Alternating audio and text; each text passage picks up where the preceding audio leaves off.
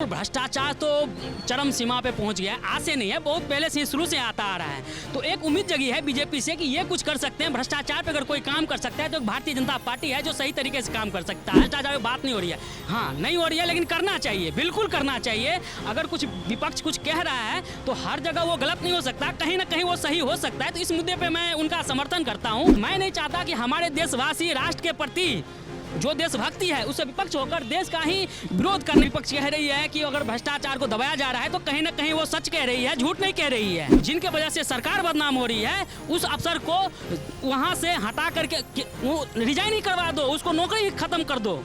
ऐसा होना चाहिए सर। लगातार विपक्ष ये कहता है कि भ्रष्टाचार के मुद्दे को हटाया जा रहा है, पढ़ाई लिखाई एजुकेशन के मुद्दे को हटाया जा रहा है और सरकार केवल हिंदू मुसलमान करने के लिए, वंदे मातरम करने के लिए लगाई। तो क्या लगता है वाकई में भ्रष्टाचार इस हद तक है और सरकार जो है उसको टॉलरेट कर रही है, इग्नोर करना चाह रही है? बिल्कुल, भ्रष्टाचार तो चरम सीमा पे पहुंच गया है। आज से नहीं है, बहुत पहले से शुरू से आता आ रहा है।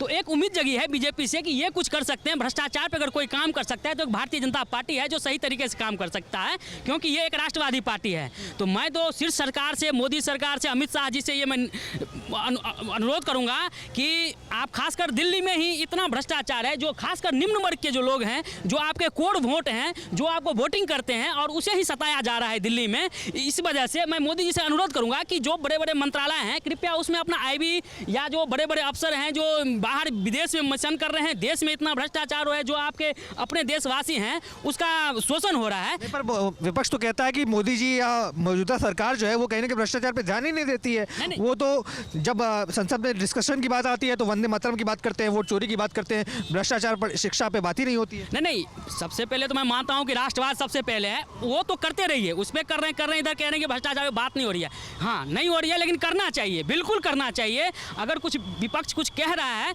तो हर जगह वो गलत नहीं हो सकता, कहीं ना कहीं वो सही हो सकता है। तो इस मुद्दे पे मैं उनका समर्थन करता हूँ। वो देश के साथ में अच्छे काम में अगर संग हैं तो भ्रष्टाचार एक ऐसा मुद्दा है जो जड़ें अपनी इस तरीके से जमा रखा है जो बीजेपी को आने वाले दिन में नुकसान न झेलना पड़ जाए, क्योंकि जो उसको वोट देते हैं वही उनके मौजूदा सरकार में अगर भ्रष्टाचार का शिकार हो रहे हैं तो कहीं ना कहीं मन विचलित होगा और वो दूसरे पार्टी या दूसरे विचारधारा की ओर जाना चाहेंगे। जिस तरीके से धर्म परिवर्तन एक इस बीच में हुआ, धर्म परिवर्तन कैसे होता है? जो हमारे निम्न वर्ग के गरीब थे, जो अली जिन्ना था, हैं, उसका बाप हिंदू, उसका दादा हिंदू, वो भी बचपन में हिंदू, लेकिन कुछ हमारे समाज के द्वारा उसको प्रताड़ित किया गया जब वो मुल्ला बन गए और एक देश ले लिया उन्होंने। तो मैं नहीं चाहता कि हमारे देशवासी राष्ट्र के प्रति जो देशभक्ति है उससे विपक्ष होकर देश का ही विरोध करने लगे। भ्रष्टाचार की बात कर रहे हैं, इस मौजूदा सरकार पर भी विपक्ष कहता है कि भ्रष्टाचार के काफी सारे आरोप हैं और उन आरोपों को दबाने के लिए इस तरीके के मुद्दे उठाए जाते हैं ताकि जनता का ध्यान जो है वो भ्रष्टाचार से शिफ्ट होकर अन्य मुद्दों पर चला जाए। किस तरीके से? नहीं, बिल्कुल, अगर इस तरीके से विपक्ष कह रही है कि अगर भ्रष्टाचार को दबाया जा रहा है तो कहीं ना कहीं वो सच कह रही है, झूठ नहीं कह रही है। इस पर मोदी सरकार, दिल्ली सरकार या जो भी सरकार हैं, आपको बड़े बड़े मंत्रालय हैं, खासकर मंत्रालयों में सबसे ज्यादा भ्रष्टाचार है, वहाँ पे कृपया कर अपने आईबी या सीबीआई जो भी है वहाँ एक एक आदमी भेज दीजिए। 15 दिन 20 दिन में वो पता लगा लेगा कहाँ भ्रष्टाचार हो रहा है और धड़ाधड़ सबको साइड कीजिए। एक दो जगह करेंगे, पूरा देश में ईमानदारी आ जाएगा। ये मोदी सरकार को करना ही चाहिए, बिल्कुल करना चाहिए भ्रष्टाचार पे, कि हर जगह अपना अपना एक आदमी पिट करके उसको समझे अच्छे तरीके से। और वो जो कर्मचारी हैं, सरकारी अफसर हैं, जिनके वजह से सरकार बदनाम हो रही है, उस अफसर को वहाँ से हटा करके रिजाइन ही करवा दो, उसको नौकरी ही खत्म कर दो। ऐसा होना चाहिए सर। आप देख रहे हैं सौगंध टीवी, सौगंध वतन की।